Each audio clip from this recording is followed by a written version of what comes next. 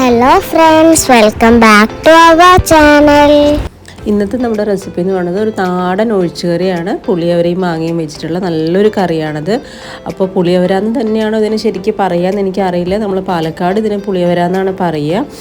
പിന്നെ ഈ ഒരു കറി ഉണ്ടാക്കാൻ വളരെ എളുപ്പമാണ്, എന്നാൽ നല്ല ടേസ്റ്റുമാണ്. ഈ ഒരു കറി മാത്രം മതി നമുക്ക് ചോറിൻ്റെ കൂടെ കഴിക്കാനായിട്ട്.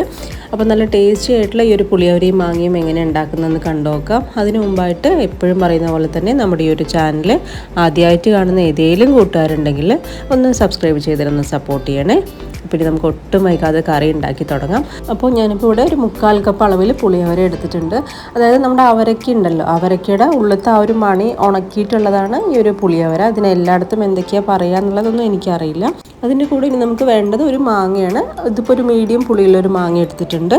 ഇനി നമുക്കൊരു കുക്കറിലേക്ക് ഈ ഒരു പുളിയവര ഇട്ട് കൊടുക്കാം. ഇനി ആദ്യം നമുക്ക് ഈ ഒരു അവര നന്നായിട്ടൊന്ന് റോസ്റ്റ് ചെയ്തെടുക്കണം. അപ്പോൾ എണ്ണയൊന്നും ഒഴിക്കാതെ ഒന്ന് ഡ്രൈ റോസ്റ്റ് ചെയ്തെടുക്കണം. അപ്പോഴാണ് പെട്ടെന്ന് വെന്ത് കിട്ടുള്ളൂ. അതുപോലെ തന്നെ നല്ലൊരു ഫ്ലേവറും വരുള്ളൂ. അപ്പോൾ നല്ല ബ്രൗൺ കളർ ആവണ വരെ തന്നെ നമുക്കൊന്ന് റോസ്റ്റ് ചെയ്തെടുക്കാം. അപ്പോൾ ഇതൊന്ന് മൂത്ത് വരുന്ന സമയത്ത് തന്നെ നല്ലൊരു ഫ്ലേവർ വരും. വല്ലാണ്ട് കരിഞ്ഞും പോരുത്, അതും ശ്രദ്ധിക്കണം. ഇത് നല്ലൊരു ബ്രൗൺ കളറായി വന്നിട്ടുണ്ട്. ഇനി നമുക്കിത് വേവിക്കാൻ വയ്ക്കാം. അപ്പോൾ വേവിക്കാൻ ആവശ്യത്തിനുള്ള വെള്ളം ഒഴിച്ചു കൊടുക്കുന്നുണ്ട്. ഞാനിപ്പോൾ 1 കപ്പോളം വെള്ളം ഒഴിച്ചു കൊടുത്തിട്ടുണ്ട്. കൂടെ തന്നെ ഒരല്പം മഞ്ഞൾപ്പൊടിയും ഇതിലേക്ക് ആവശ്യത്തിനുള്ള ഉപ്പും കൂടെ ചേർത്തിട്ട് നമുക്ക് അടച്ചു വെച്ച് ഒരു 4 അല്ലെങ്കിൽ ഒരു 5 വിസിൽ വരുന്നവരെ നമുക്കൊന്ന് കുക്ക് ചെയ്തെടുക്കണം. അത്യാവശ്യം വേവുള്ളൊരു പരിപ്പാണ് ഈ ഒരു പുളിയവര. ഇനി ഇതൊന്ന് വെന്ത് വരുന്ന സമയം കൊണ്ട് നമ്മൾ എടുത്തു വെച്ചിരിക്കുന്ന മാങ്ങ ഒന്ന് തോല് ചെത്തി ചെറിയ പീസസ് ആയിട്ട് ഒന്ന് കട്ട് ചെയ്തെടുക്കാം. അപ്പോൾ ഒരുപാട് പുളിയുള്ള മാങ്ങയാണെങ്കിൽ ഒരെണ്ണം മുഴുവനായിട്ടും എടുക്കണ്ട, ഒരു മുറി എടുത്താൽ മതിയാവും.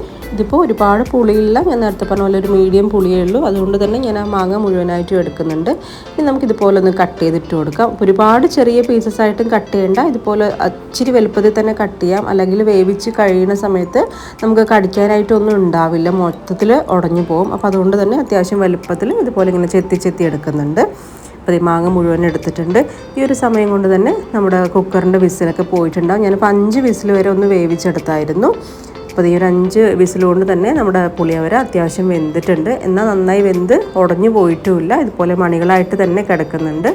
നന്നായിട്ട് തന്നെ വെന്തിട്ടുമുണ്ട്. ഇനി നമുക്ക് ഈ ഒരു കുക്കറൊന്ന് മാറ്റിയിട്ട് ഒരു മൺചട്ടി അടുപ്പത്തേക്ക് വെക്കാം. അപ്പോൾ ഇങ്ങനത്തെ കറികളൊക്കെ മൺചട്ടിയിൽ ഉണ്ടാക്കുമ്പോഴാണ് നല്ല ടേസ്റ്റ് ഉണ്ടാവുക. ഇനി ചട്ടി ഒന്ന് ചൂടായി വരുമ്പം ഇതിലേക്ക് 1 ടേബിൾ സ്പൂൺ അളവിൽ മല്ലിപ്പൊടിയും അതുപോലെ തന്നെ ഒരു 1.5 ടേബിൾ സ്പൂണോളം കാശ്മീരി മുളക് പൊടിയും ചേർത്തിട്ടുണ്ട്. ഇനി ഒരു പൊടികളുടെ ഒന്ന് പച്ചമണം മാറുന്നവരൊന്ന് റോസ്റ്റ് ചെയ്യണം. അപ്പോൾ നമ്മളിത് ചെയ്യുന്നത് എണ്ണയൊന്നും ഒഴിച്ചിട്ടല്ല, ഡ്രൈ റോസ്റ്റ് ആണ്. അപ്പോൾ അതുകൊണ്ട് തന്നെ ഫ്ലെയിം ലോ ടു മീഡിയത്തിൽ വെക്കാൻ ശ്രദ്ധിക്കുക, അല്ലെങ്കിൽ പൊടികൾ പെട്ടെന്ന് കരിഞ്ഞു പോകും. ഇനി ഈ പൊടികൾ നന്നായിട്ടൊന്ന് മൂത്തൊന്ന് വരുന്ന സമയത്ത് നമ്മൾ വേവിച്ച് മാറ്റി വെച്ചിരിക്കുന്ന ആ ഒരു പുളിയവര വെള്ളത്തോടു കൂടെ തന്നെ ഇതിലേക്ക് ഒഴിച്ചു കൊടുക്കുന്നുണ്ട്. ഇനിയിപ്പോൾ ഞാനിപ്പോൾ ഈ പൊടികൾ റോസ്റ്റ് ചെയ്തിട്ടാണ് ചെയ്യണമെന്ന് പറഞ്ഞിട്ട് ഇങ്ങനെ ചെയ്യാത്തവരും ഉണ്ട് കേട്ടോ. ഡയറക്റ്റ് പൊടികൾ മാത്രം ഇട്ട് കൊടുക്കുന്നവരും ഉണ്ട്. പക്ഷേ ഇങ്ങനെ ചെയ്യുമ്പോൾ കുറച്ചുകൂടെ ഒന്ന് ഫ്ലേവർ ഉണ്ടാവും. ഇനി നമുക്കിതിലേക്ക് നമ്മൾ മുറിച്ച് വെച്ചിരിക്കുന്ന ആ ഒരു മാങ്ങാ കഷ്ണങ്ങളും കൂടെ ചേർത്ത് കൊടുക്കാം. ഇനി നമുക്ക് ഇത് വേവാൻ ആവശ്യത്തിനുള്ള വെള്ളം കൂടി ഒഴിച്ചു കൊടുക്കണം. അപ്പോൾ ഞാനിപ്പോൾ ഒരു കപ്പോളം തന്നെ വെള്ളം ഒഴിച്ചു കൊടുത്തിട്ടുണ്ട്. ഇനി നന്നായിട്ടൊന്ന് മിക്സ് ചെയ്തതിന് ശേഷം നമുക്കിത് അടച്ചു വെച്ചിട്ട് ഈ ഒരു മാങ്ങയും അത്യാവശ്യം ഒന്ന് വെന്ത് കിട്ടണം. അപ്പോൾ മാങ്ങ ആയതുകൊണ്ട് തന്നെ വേവാനായിട്ട് ഒരുപാട് സമയമൊന്നും ആവശ്യമായിട്ട് വരില്ല. മാക്സിമം ഒരു 5 മിനിറ്റ് മതിയാവും. അപ്പോൾ 5 മിനിറ്റ് നമുക്കൊന്ന് അടച്ചു വെച്ച് കുക്ക് ചെയ്യാം. ഈ സമയത്ത് ഇതിലേക്കുള്ള ഒരു അരപ്പ് തയ്യാറാക്കണം. അപ്പോൾ അതിനായിട്ട് ഒരു 3/4 കപ്പ് അളവിൽ തേങ്ങ ചിരവിയത് ഒരു മിക്സിയുടെ ജാറിലേക്ക് ഇട്ട് കൊടുക്കുന്നുണ്ട്. കൂടെ തന്നെ ഒരു 2 അല്ലി ചെറിയുള്ളിയും കൂടെ ചേർത്ത് കൊടുക്കുന്നുണ്ട്. പിന്നെ വേണ്ടത് ജീരകമാണ്. അതൊരു 1/4 ടീസ്പൂൺ ജീരകം എടുത്തിട്ടുണ്ട്. അതുപോലെ തന്നെ ഒരു 1/4 ടീസ്പൂണോളം കുരുമുളകും ചേർത്തിട്ടുണ്ട്. ഇനി ഇത് അരയാൻ ആവശ്യത്തിനുള്ള കുറച്ച് വെള്ളം കൂടെ ഒഴിച്ചിട്ട് നമുക്ക് നല്ല മഷി പോലെ തന്നെ ഇതൊന്ന് അരച്ചെടുത്ത് വരാം. ഇതേ തേങ്ങയരപ്പ് അരച്ചെടുത്തിട്ടുണ്ട്. ഈ ഒരു സമയം കൊണ്ട് തന്നെ നമ്മുടെ മാങ്ങയും നന്നായിട്ട് വെന്തിട്ടുണ്ടാവും. എന്നാൽ വല്ലാണ്ട് വെന്തുടഞ്ഞും പോവരുത്, അത്യാവശ്യം കടിക്കാനായിട്ടുള്ള പീസസ് ആയിട്ട് തന്നെ ഇരിക്കണം.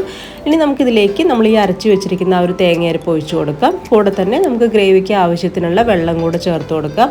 അപ്പോൾ ഞാനിപ്പോൾ ഇവിടെ ആദ്യം ഒരു 1/2 കപ്പോളം വെള്ളം ഒഴിച്ചു കൊടുത്തിട്ടുണ്ട്. ഇനി മിക്സ് ചെയ്തൊന്ന് നോക്കാം, നമുക്ക് പോരാന്ന് തോന്നുകയാണെങ്കിൽ കുറച്ചുകൂടെ വെള്ളം ഒഴിച്ചു കൊടുക്കാം. അപ്പോൾ ഇതെല്ലാം കൂടെ നന്നായിട്ട് തന്നെ ഒന്ന് മിക്സ് ചെയ്തെടുത്തിട്ടുണ്ട്. ഇനി നമുക്ക് ഈ ഒരു തേങ്ങയരപ്പിൻ്റെയും പച്ചമണം ഒന്ന് മാറുന്നത് വരെ നന്നായിട്ടൊന്ന് തിളപ്പിച്ചെടുക്കണം. അപ്പോൾ ഒരു 4-5 മിനിറ്റ് കൂടെ നമുക്ക് മീഡിയം ടു ഹൈയിൽ തന്നെ വെച്ചിട്ട് ഇതൊന്ന് തിളപ്പിച്ചെടുക്കാം.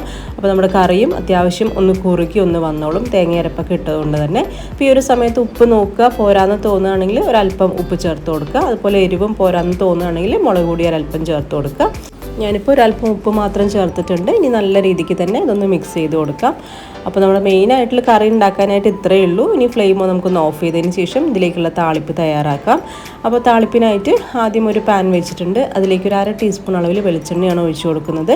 ഇനി ഇതിലേക്ക് ഒരു 1/2 ടീസ്പൂൺ അളവിൽ കടുക് ഇടുന്നുണ്ട്. അതുപോലെ തന്നെ കടുകൊന്ന് പൊട്ടി വരുമ്പം ഒരു 2-3 അല്ലി വെളുത്തുള്ളി ചേർത്ത് കൊടുക്കുന്നുണ്ട്. അതുപോലെ തന്നെ ഒരു 3-4 ചെറിയുള്ളി നീളത്തിൽ അരിഞ്ഞതാണ് പിന്നെ ചേർത്ത് കൊടുക്കുന്നത്. പിന്നെ ഒരു 2 വറ്റൽമുളക് പൊട്ടിച്ചിടുന്നുണ്ട്. അതുപോലെ തന്നെ ഒരു തണ്ട് കറിവേപ്പിലയും കൂടെ ചേർക്കുന്നുണ്ട്. ഇനി ഇതെല്ലാം കൂടെ നമുക്ക് നന്നായിട്ടൊന്ന് വഴറ്റിയെടുക്കാം. അതിനുശേഷം ഈ ഒരു കൂട്ടും കൂടെ നമുക്ക് കറിയിലേക്ക് ഒന്ന് ഒഴിച്ചു കൊടുക്കാം. അപ്പോൾ ആ ഒരു താളിപ്പും കൂടെ ഒഴിച്ചു കൊടുത്തിട്ടുണ്ട്. നമ്മൾ മൺചട്ടിയിൽ ഉണ്ടാക്കിയത് കൊണ്ടാണ് ആ ഒരു തിള അങ്ങനെ തന്നെ നിൽക്കുന്നത്. അല്ലാണ്ട് ഇപ്പോഴും തിളപ്പിച്ചുകൊണ്ടേ ഇരിക്കുന്നില്ല. ആ ചട്ടിയുടെ ചൂടുള്ളതുകൊണ്ടാണ് തിളച്ചുകൊണ്ടിരിക്കുന്നത്. ഇനി ഈ കൂട്ട് ഒഴിച്ചതിന് ശേഷം നമുക്കൊരു 5 മിനിറ്റ് ഒന്ന് റെസ്റ്റ് ചെയ്യാനായിട്ട് വെക്കാം. അപ്പോഴാണ് ആ ഒരു ഫ്ലേവറൊക്കെ തന്നെ കറക്റ്റായിട്ട് കറിയിലേക്ക് ഇറങ്ങി കിട്ടുള്ളൂ. അപ്പോൾ അത് ഇത്രയേ ഉള്ളൂ പരിപാടി. നമ്മുടെ പുളിയോരയും മാങ്ങയും കറി റെഡി ആയിട്ടുണ്ട്. നല്ല ടേസ്റ്റി ആയിട്ടുള്ളൊരു കറിയാണിത്. ഇത് ചൂടാറി കഴിയുമ്പോൾ ഒരു അല്പം കൂടെ തിക്കാവും കേട്ടോ. നമ്മൾ തേങ്ങയും അതുപോലെ തന്നെ മാങ്ങയൊക്കെ തന്നെ ഉള്ളത് കൊണ്ട് കുറച്ചുകൂടെ ഒന്ന് തിക്കാവും. അപ്പോൾ അത് മനസ്സിൽ കണ്ടിട്ട് വേണം നമ്മൾ ആ ഒരു കൺസിസ്റ്റൻസി അഡ്ജസ്റ്റ് ചെയ്യാനായിട്ട്.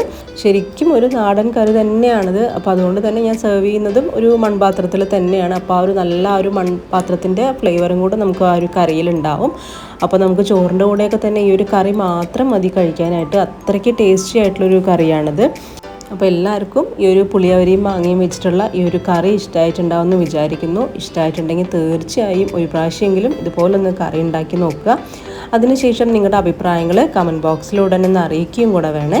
പിന്നെ പറ്റുമെങ്കിൽ ഫ്രണ്ട്സിനും ഫാമിലിക്കും ഒക്കെ തന്നെ ഈ ഒരു റെസിപ്പി ഷെയറും കൂടെ ചെയ്ത് കൊടുക്കണേ.